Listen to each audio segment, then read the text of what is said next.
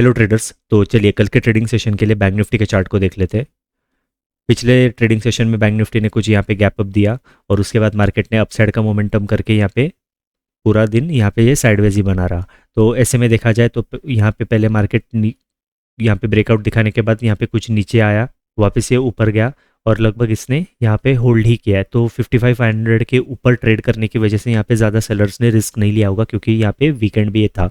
तो यहाँ पे ज़्यादा सेलर्स के स्टॉप लॉसेस अवेलेबल नहीं होंगे, ऐसा हम अज्यूम करके चल रहे।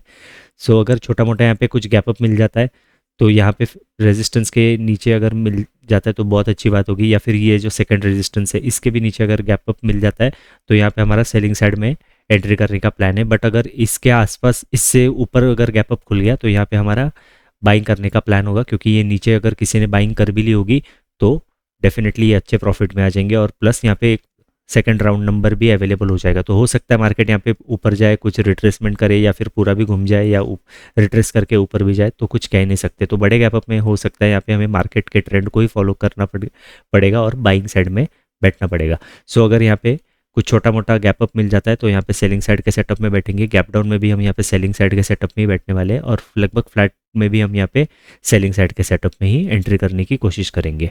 बहुत बड़े गैप अप में हमारा यहाँ पे बाइंग साइड में बैठने का प्लान है। ऐसे में यहाँ पे अगर हम निफ्टी 50 के चार्ट को देखें तो देखिए कल यहाँ पे निफ्टी 50 की वीकली एक्सपायरी होने वाली है।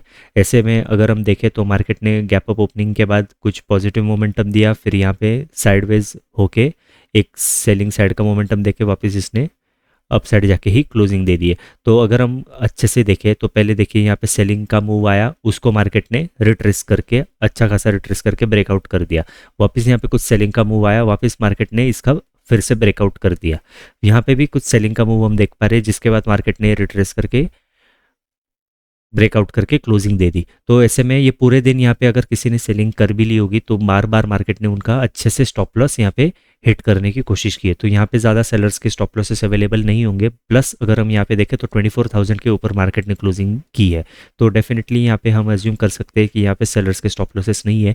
और रेजिस्टेंस के नीचे अगर कोई गैप अप मिलता है तो यहाँ पे हम सेलिंग साइड के सेटअप में बैठेंगे, गैप डाउन में सेलिंग करेंगे और फ्लैट में भी लगभग हम यहाँ पे सेलिंग साइड के सेटअप में ही एंट्री करने की कोशिश करेंगे।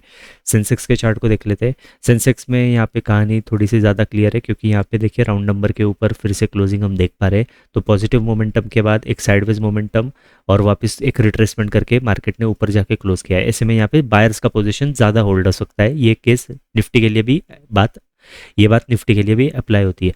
तो बायर्स के पोजीशन होल्ड है और सेलर्स के पोजीशन यहाँ पे स्टॉप लॉसेस अवेलेबल नहीं है। तो रेजिस्टेंस के आसपास गैप अप खुलता है तो भी हम सेलिंग साइड के सेटअप में एंट्री करेंगे, फ्लैट में भी सेलिंग करेंगे और गैप डाउन में भी हम यहाँ पे सेलिंग साइड के सेटअप में ही बैठने की कोशिश करेंगे। सो ट्रेडर्स, मिलते हैं कल के ट्रेडिंग सेशन के वीडियो में। Thank you so much for watching.